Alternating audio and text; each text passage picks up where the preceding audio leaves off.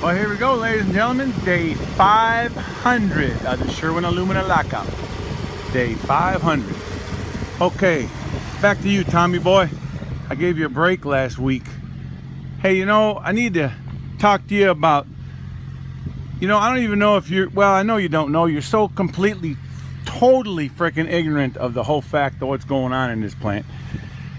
Anyways, what gets the guys so burning up mad about your ignorant ass is that you didn't even have a clue. You didn't even have a clue, I repeat that, as to who kept this plant running for you. You had some cockamamie dumbass idea that anybody could run this plant. You were so phenomenally ignorant to the fact of who knew how to run this plant and who kept this plant alive.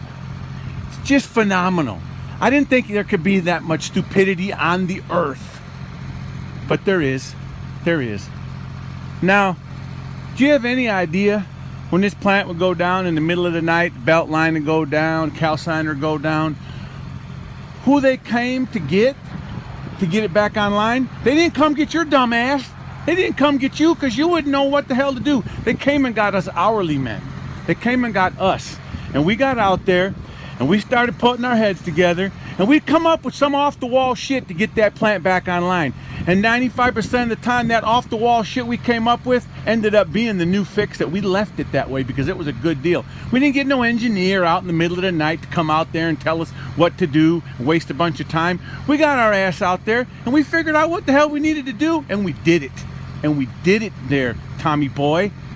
You are phenomenally the most ignorant man that I've ever known in my life. You took all the men and women that could keep that plant running when it was a functioning, profit-making plant. And you had some cockamamie idea. I know I've said this before, but I'll never be able to say it enough times because it's so phenomenally ignorant that it's pathetic at all levels, at every level known to mankind. You took the men that could run that plant and you locked them out for some peanuts. You didn't want to give us, we were barely asking for anything and you wouldn't even give us that. You wanted to take away from us. You wanted to make us keep you a profit. You wanted to make us keep your plant running, turning you a nice handsome profit and give us less. That is sorry scum of the earth bullshit. Sorry scum of the earth bullshit. And you deserve every single thing you got. All this plant going down to its knees. If this plant has to shut down, it's all on you, Tommy boy, because you had the balls to tell Glencore you could do it when you didn't even have a frickin' clue if you could do it. You thought you could. For some ungodly, unknown reason, you thought you could run this plant without us. You see why I'm saying you were ignorant? You were completely and totally ignorant to the fact of who ran this plant. You did not have a frickin' clue who ran this plant. You thought that you and your big hotshot buddies run this plant. You didn't do shit to keep this plant running. You didn't do squat. This plant ran fine before you ever got here, and if you would have never came, it would still be running fine right now. All as you did was run this plant into the ground. That's all you did. That's all you get credit for. You don't get credit for nothing else, buddy boy. That's it. Running the plant into the ground.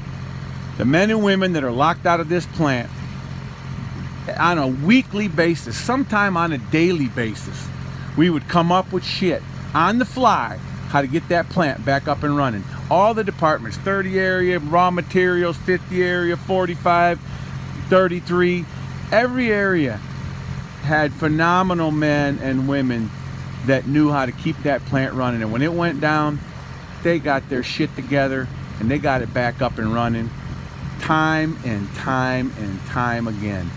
Made you phenomenal amounts of profit and you locked them out. You locked those men and women out. You are pitiful. Pitiful at all levels of pitiful. I wonder if your wife even realizes what you've done. If she realizes this is all on you. because you told Glencore you could do it. Even after your salary guys told you they weren't ready. They told you, Tommy boy, and you know they told you. You know they told you that they were not ready and this plant's not going to make it. And you thought by some cockamamie idea that if you just said, oh yes, you will do it, that for some reason it would happen. You're phenomenal, Tommy boy. You are phenomenal. That's all I can say. That's all I can say. I'm glad I'm old enough that I have to worry about this, but you did, you know, it's just pitiful and ignorant on every level known to man. Anyways, I'm gonna let that go now. Just think about that. The men and women that kept your plant alive on a daily basis in the middle of the night got called to come over there and see what they were gonna do and came up with some awesome on-the-fly fix without even having the parts they needed because it was the middle of the night and kept your plant running. You're just phenomenally ignorant to who ran this plant. Unbelievable. You can't even say anything else. But I do got to mention one thing on another note to all my union buddies. It's election time. It's not the big boy election, but it's still election time. Pay attention to who you vote for. And when it comes around to the presidential election, even when we're on the election for all the congressmen, midterm elections, you gotta think who you're voting for. Do you really, if you vote for Republicans, you might as well call up Tommy Boy and see if you can ride with him to the poll. And you can just vote for the same guys he votes for. Because that's what you're doing.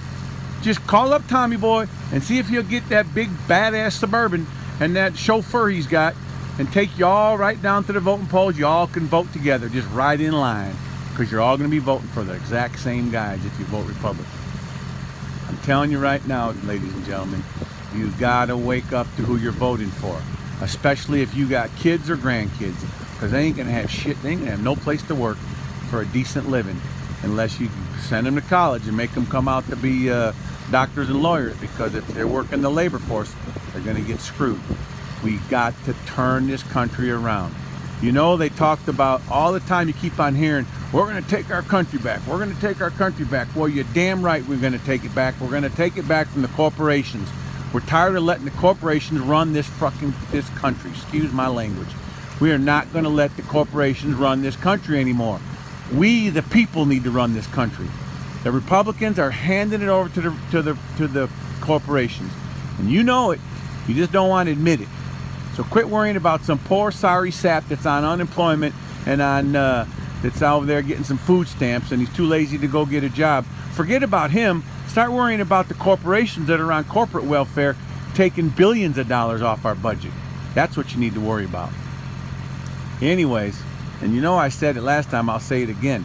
If the Democrats had their way, we'd all still be drawing unemployment right now, boys. All of us would be still getting unemployment checks. We'd have about 8 more months left of that shit. But no, the Republicans got in office and the first thing they did was take that shit away. Put it back to 6 months.